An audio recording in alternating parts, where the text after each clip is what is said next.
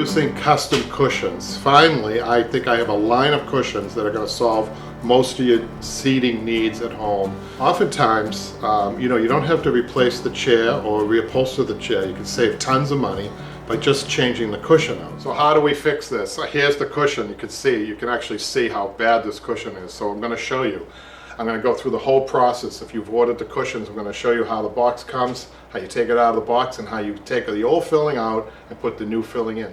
So awesome, you've ordered your cushion. By the way, it's all the cushions that I send out are going to be what has been tested by me for many years. It's a mid-ultra foam, high-density cushion that satisfies most needs. After you order it, you're going to get a box, plain-looking box like this.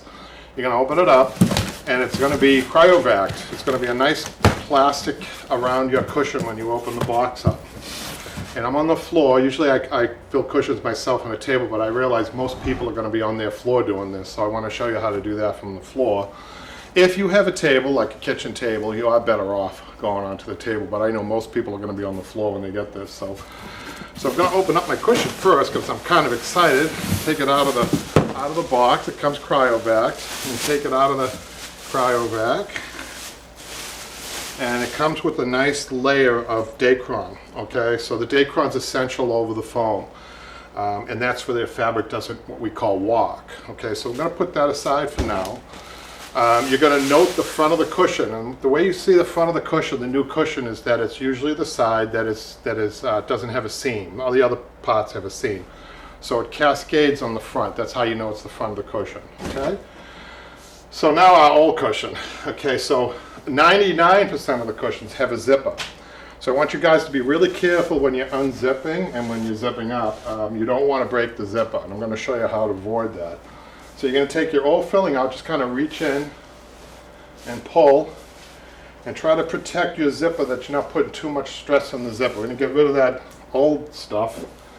And now we have our cushion. If you want, you might want to reverse the cushion to get all maybe a little extra Dacron out or something, and if you want, you can even shake it out, right? Then reverse it back to its original. So this is really exciting because for a very nominal cost, you get a brand new piece of furniture practically. You get a piece of furniture at least that you could sit on. And you could keep this, there's probably another 5-10 years of life left on this fabric, and then at some point on this chair you might want to upholster it. But anyhow, for now, and by the way, the foam that you ordered today is an investment. That foam will last through 2 or 3 reupholsteries of this chair, so it's a good investment on top of everything else. Now we're ready. We have our zipper wide open, and we're going to bring our foam, and I should tell you that this is a one-person job, you guys. Do not have 2 people. If you have 2 people fill a cushion, you're going to break the zipper, there's no doubt about it. So what you need to do, and you should be able to do this because it's mid-firm, right? You should be able to take the cushion and fold it in half and actually hold on to it just like this, right? Fold it in half. And then what you want to do, we're going to get rid of that box. You're going to put the cushion in as far in as you can with it still being held together, right? And then you're going to release it, okay?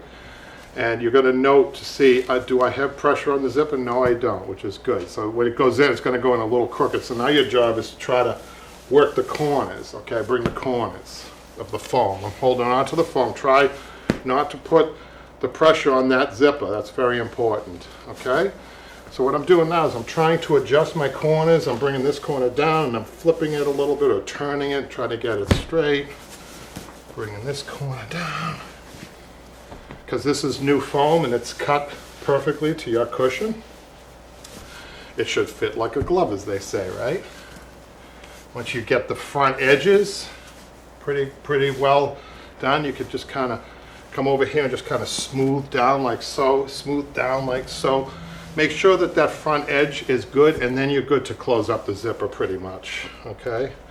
And when you close the zipper up, please, right, make sure that there's not a lot of pressure being put on the zipper. So it should close up with ease. If it doesn't, push it from the back in so that it closes up with ease, right? And try to get the cushion foam, the foam to look, to be even like the front is, right, on the back, like so. Okay. Now let's see how our new cushion looks, but more important, look at that, you guys. Are you kidding me? Look at that. There's nothing wrong with this chair other than the foam that was in it. Oh wow.